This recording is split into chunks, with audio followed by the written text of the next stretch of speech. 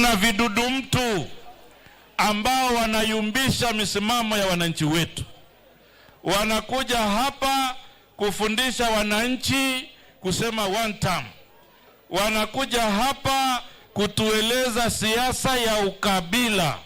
Sisi tunataka kusema Mheshimiwa Rais amelete usawa wa maendeleo. Amelete usawa kuhakikisha yule aliyekuwa ameachwa sasa ameketi kwa meza ya taifa la Kenya. Serikali kuchukua jukumu na kusema ya kwa ni lazima wale ambao walikuwa katika mstari wa mbele, vile Raila Amolo Odinga aliweka sahihi yake, tuweze kuwafidia hawa watoto wetu. Haikuanza na William Samoei Ruto. Serikali zote zilopita, leo hii watu wetu wanaweza kupatiwa fidia yao. Ilikuwa ni msimamo wa Raila Amolo Odinga na msimamo wa ODM, lakini chini ya hii muungano tunasema yote yanawezekana na tumelifanya. Mheshimiwa Rais William Samoei Ruto anampa Mheshimiwa Mvurya milioni 39 ambazo zishaingia kwenye akaunti ya Jomvu. Mara ya kwanza Jomvu tutaanzisha Technical Training College. Mpigieni William Samoei Ruto. Over 200 families displaced following a fire incident at Astral in Githogoro, Karura Ward last Friday have received food donations. A Westlands Member of Parliament, Timo Nyonyo, visited the affected families and donated maize flour, rice, cooking oil, sugar, green grams, tea leaves, salt, soap and blankets. Speaking during the distribution exercise, the legislator reaffirmed his commitment to supporting Westlands residents in times of crisis, calling on well-wishers to humanitarian organizations to continue assisting the victims as they rebuild their lives.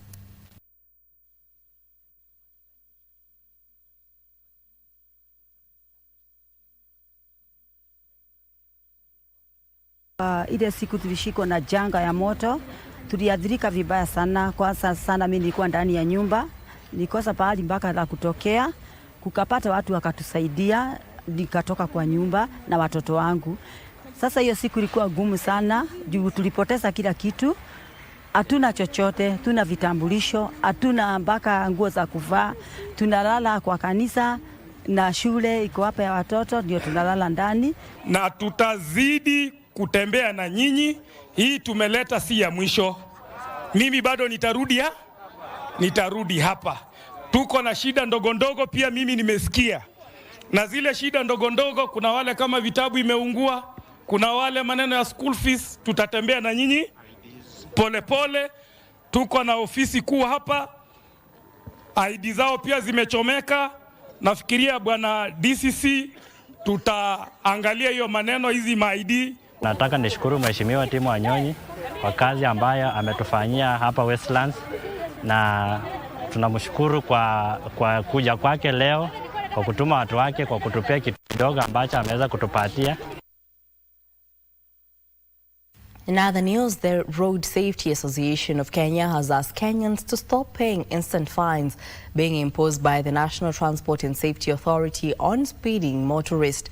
Those who have already paid the fines have been asked to contact the association's office and provide payment details. Association Chairman David Carey says the fines are in contravention of a High Court order issued on May 29, 2026, stopping the implementation of its instant fine system through a private company, saying that these fines are illegal. The conservatory order issued by Kerugoya High Court Judge Dennis Kizito Magare suspended the implementation of the public-private partnership between the authority and the Pesa Print Limited Consortium in respect of design.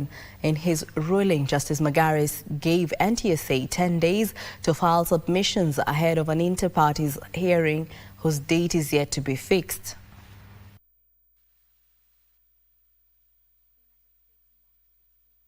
Zile fines ambazo zinaendelea kuchukuliwa hazifai, na tunaomba Wakenya usikubali kulipa hizo instant fines hata ukitumiwa ticket, kwa sababu tuko na hii ni court order tulipata ya kusimamisha na ilisimamisha. Ukiangalia sababu kuu iliyofanya kabisa twende kotini ni vile hizi kamera wameweka. Ukiangalia hizi kamera zimewekwa kwa highway, zimewekwa expressway. Highway yote ni 110 speed ambaye it is gazetted. Hiyo ndio speed ya gari ndogo. Coastal youth have been urged to enroll in technical and vocational education and training institutions to acquire practical skills that will improve their employability and steer them away from drug abuse, crime and other social vices. Labour and Skills Development Principal Secretary Shadrach Madime made the appeal in Changamwe, Mombasa County during the distribution of National Government Constituency Development Fund bursary checks worth 2.9 million shillings to 800 Form 4 students. Madime encouraged young people who do not attain university entry grades to pursue technical and vocational training, saying the institutions equip learners with marketable skills that enable them to secure employment or establish their own businesses. At Matenge Technical, we encourage, we do hands-on skills, hands-on training. We are proud, we don't do theory here. What we do is practicals, because we want our trainees, when they go to the industry, they practice what they trained. We call upon all the stakeholders to support the RPL agenda, as it has been identified by the government to be one of the golden keys that is expected to stimulate our economic growth. We realize that these learners that come to TVET, they mostly come to learn skill, and when there is more of theory and less of practical, at times they feel like they didn't achieve what they came for. And now we are very grateful to the ministry and to the government for coming up with this very wonderful curriculum that is more of practical and less of theory. But that report brings us to our first break here on Lunchtime News. Don't go too far, we still have more news coming up.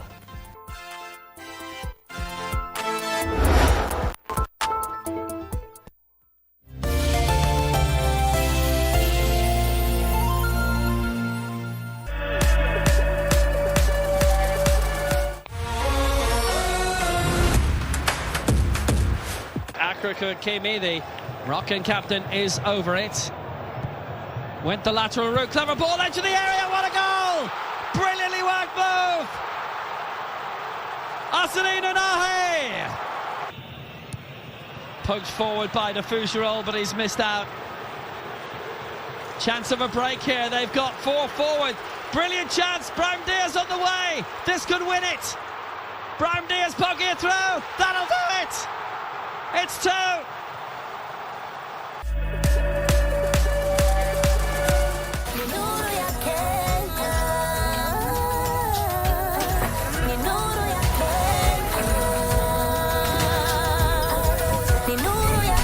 Dial star 977 hash or download my Power app to access Kenya Power services fast and easy. Kenya Power, nuru ya Kenya. Umechoka kutumia links za kukwama? Cheki, free rewards ni hatari. Bro, ulikuwa unatumia wrong link na wrong info. Unahitaji info sahihi na link sahihi. Ni time ya info sahihi. IEBC Continuous Voter Registration iko live. Mistari ndefu Z, hakuna cha wrong links. Main character energy unlocked. Right information, right direction. My vote is my ultimate choice. Jisajili leo katika ofisi ya eneo bunge, kituo cha huduma au Customer Experience Center iliyopo Anniversary Towers, Nairobi. Kuwa change. Kura yako ndio future yetu sote. Mimi ni Roro baba. Mimi ni Cristiano. Niko sawa, niko sure Cristiano lazima abebe World Cup. Personally, Morocco has been the best. Kila mtu ameona vile Morocco Sumona alikuwa amepiga goli moja, wakakomboa yule Isa almost dakika ya mwisho akaenda penalty. Na kama unakumbuka 2022 World Cup Morocco, nakumbuka walitoa Portugal, wakatoa Spain, lakini waliangukia France. They played well against France, lakini ndio hivyo, bahati ya mabao ikaangukia France. World Cup kulingana na mimi naona bado yaendelea vizuri. Hata ingawa vijana wetu wa Afrika hapa wameumia kweli. Wale wametolewa, wale wamebaki bado tutawasupport.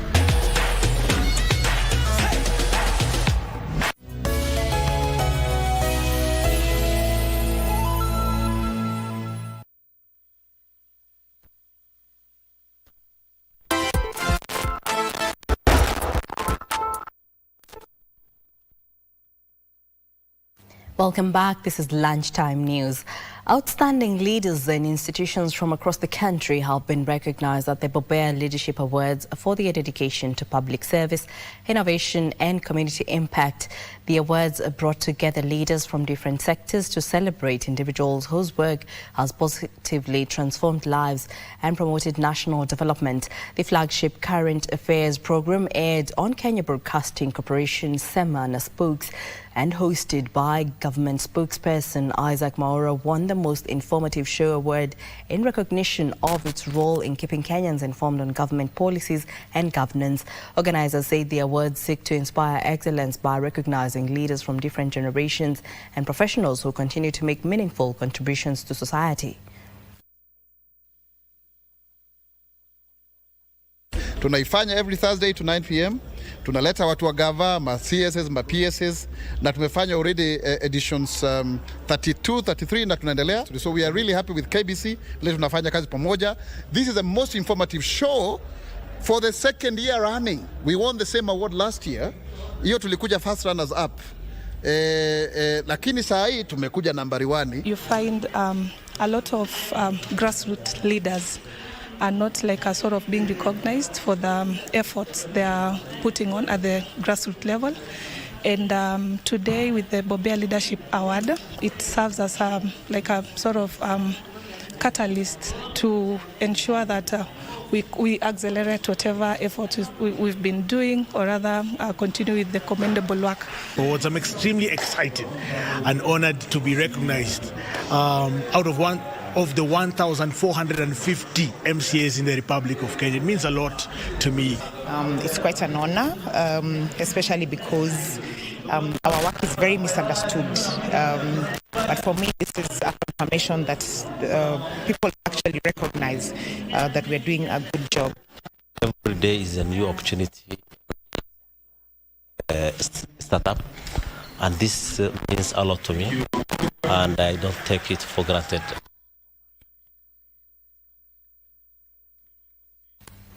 The government is encouraging investment in high-rise buildings in Kiambu County to curb the challenge of dwindling land for agricultural farming. Speaking during a signing ceremony for the development of 2 multi-story residential towers at Tatu City, Cabinet Secretary for Investment, Trade and Industrialization, Lee Kinyanjui, said that agricultural land is rapidly being consumed by residential houses.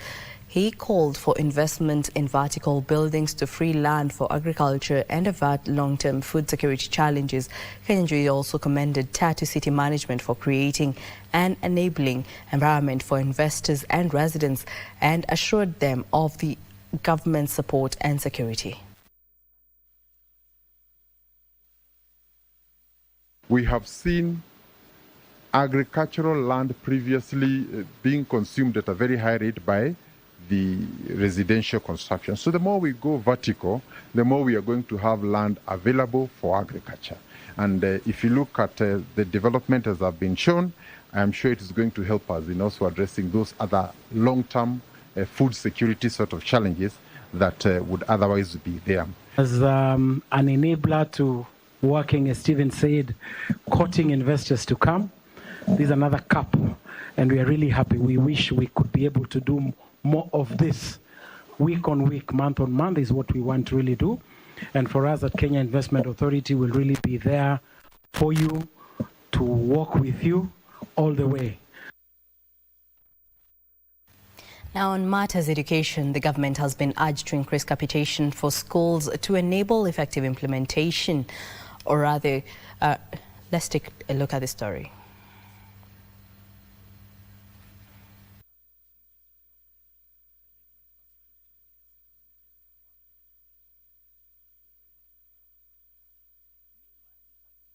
It is our prayer that the government might find a formula to be able to assist learners who advance to higher levels within these competitions, so that they are well funded and they also get an opportunity to be able to showcase the kind of talent and the kind of gifts they have. For example, kama pesa za michezo, pesa ikiwa na watoto wadogo wachache shuleni, hizo pesa haziwezi kukusaidia hata kupeleka watoto hata kwa sub county level. Serikali ifanye kitu, iongeze hizo pesa ili watoto wetu waweze kupata manufaa. Sisi ni party ambayo iko very sober. Tunataka maendeleo. Tunaenda mahali maendeleo tunaona yendi, tuulize hiyo maendeleo ijaribu iende hapo. We want to thank the government for the disbursement that they gave us. It has supported activities. At this point, there are teams that are supposed to be self-sponsored, and that's why we have invited our friends to help us see how this team can proceed to the regionals, which shall be held in Bungoma starting next week.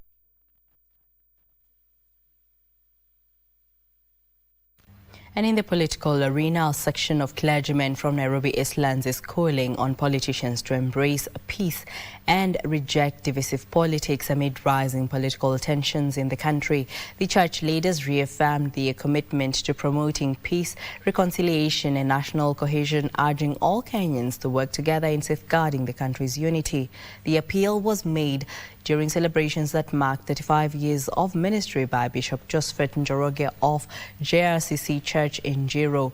During the event, Bishop Njoroge was honored as a peace ambassador by the United Nations representative in recognition of his contribution in peace building and community service.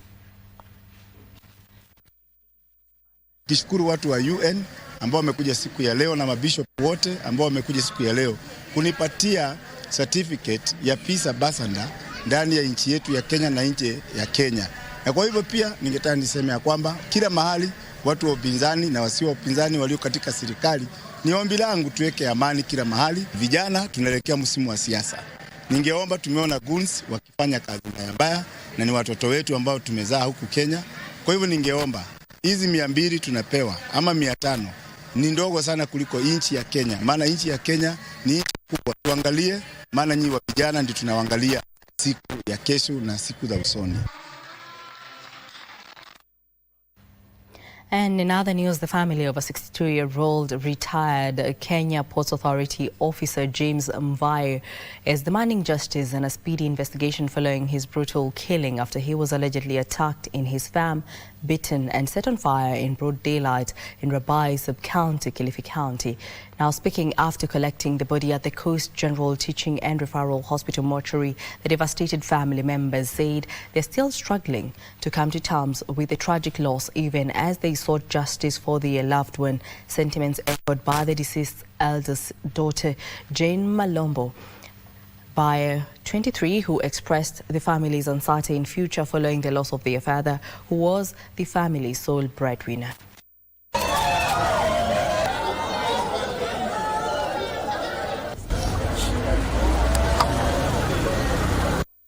Dadi wetu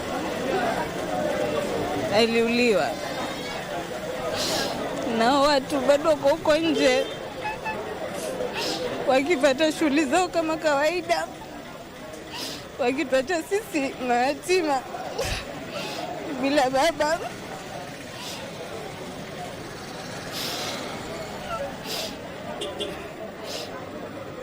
Na sisi bado ni wadogo, bado tutasoma.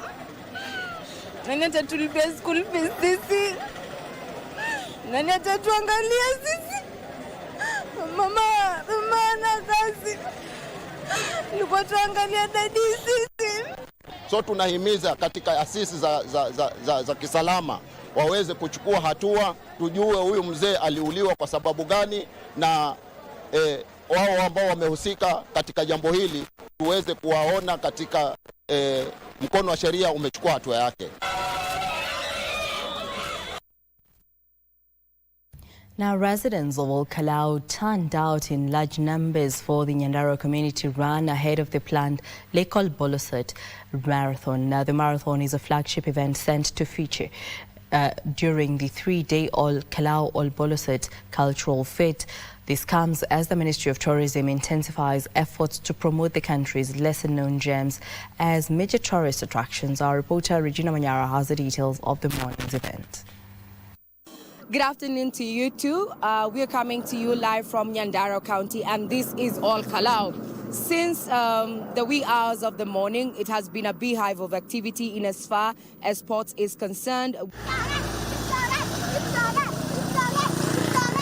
with residents of all Kalau, age not restricted. We've had participants as young as 10 years and as old as 60 participating in the Nyandarua community run.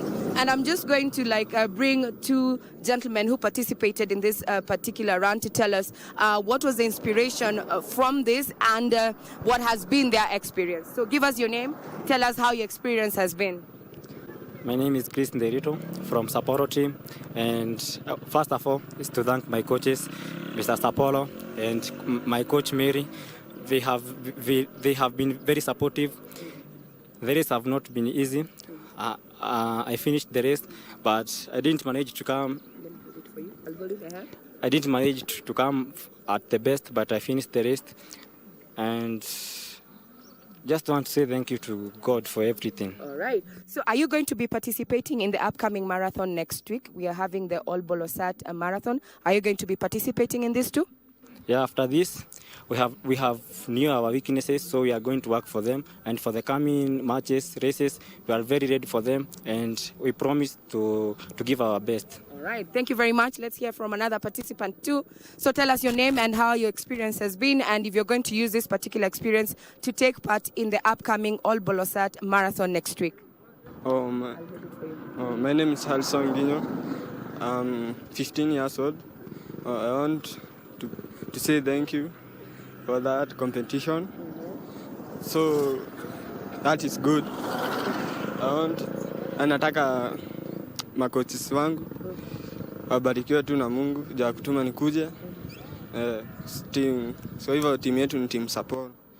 Yes. Thank you very much. Well, that's just but a sneak peek of the activities that are currently underway in All Kalau. Come next week, we're going to be having the All Bolosat Cultural, Tourism, Sports and Blue Economy Festival that is to be graced by various government officials, and the chief guest is none other than Head of Public Service, that is Felix Koske, who is expected to be here next week for this particular festival. Stakeholders going forward have said that it is a key event, so to speak, that is not only going to put Nyandarua in the country's map, but also globally as an ideal destination for investments in blue economy, tourism, and culture. I'm Regina Manyara reporting live from All Kalau in Nyandarua County for KBC Channel 1. Now back to you, Broadcasting House. And now in the sports arena, Kenya's junior starlets took a major step towards qualifying for the 2026 FIFA Under-17 Women's World Cup after defeating South Africa 2-0 in the first leg of their final qualifying tie in Pretoria. Faith Boke gave Kenya an early lead in the 14th minute before goalkeeper Michelle Okoyo produced a crucial penalty save just 3 minutes later to preserve the advantage. Brenda Cheng sealed the impressive away victory with a second goal in the 61st minute as Mildred Church's side delivered a disciplined performance to put one foot at the global showpiece. The junior starlets will now host the decisive second leg at Nyayo National Stadium on 12th of this month, carrying a 2-goal advantage into the return fixture. The winner on aggregate will secure a place on the 2026 FIFA Under-17 Women's World Cup, with Kenya aiming to qualify for the tournament for a second consecutive time.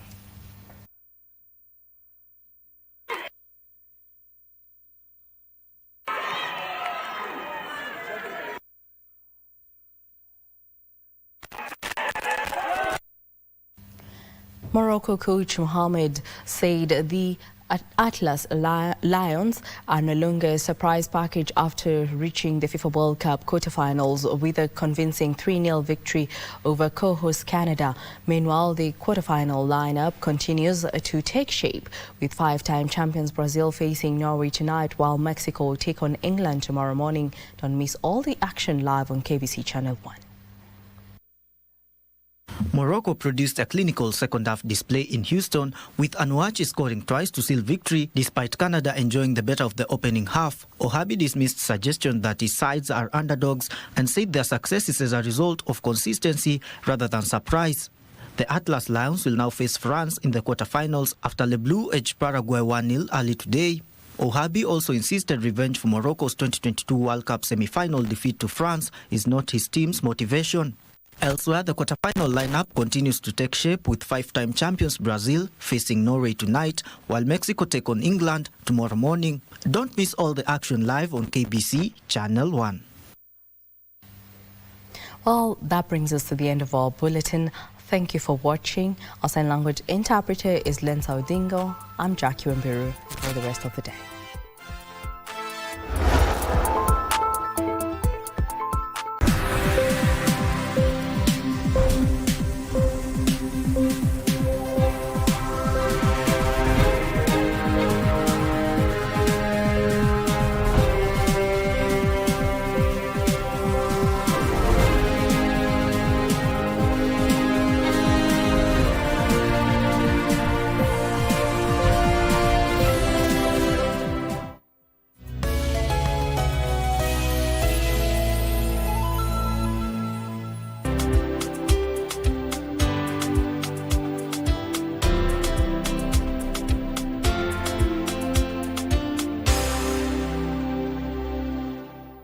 The FIFA World Cup 2026, hosted by the Triumvirate of Canada, Mexico and the United States of America, promises to be blissful. Explore the most exciting edition of the tournament to date as 48 teams from around the globe compete in 104 fixtures across 16 host cities. We celebrate culture, friendship, and more importantly, monetizing talent.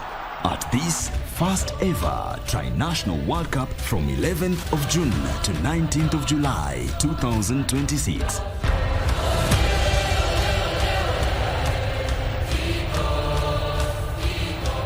Just like the formidable 10 African nations represented, be at the center of the FIFA World Cup 2026.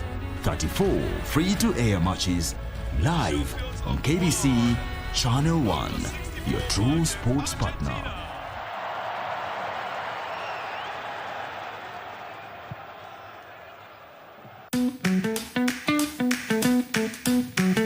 This is not your